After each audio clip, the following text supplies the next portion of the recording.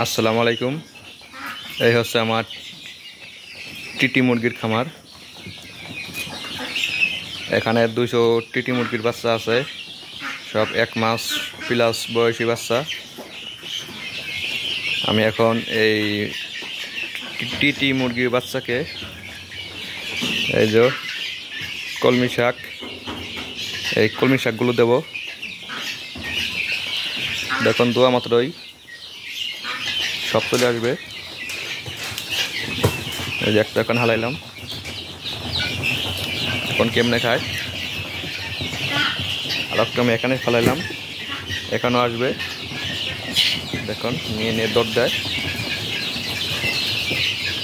একটা এখানে ফেললাম, সব নিয়ে যাবে এখন, দেখতে থাকুন।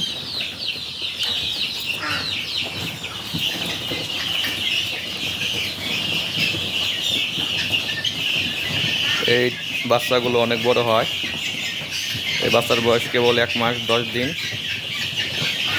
এখানে 200 পিস বাচ্চা আছে।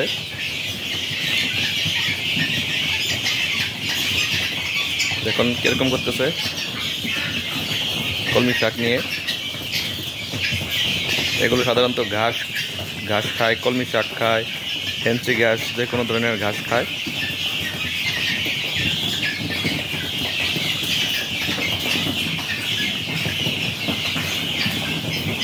আর এখানে কিছু মুরগির বাচ্চা আছে, এগুলো খায়।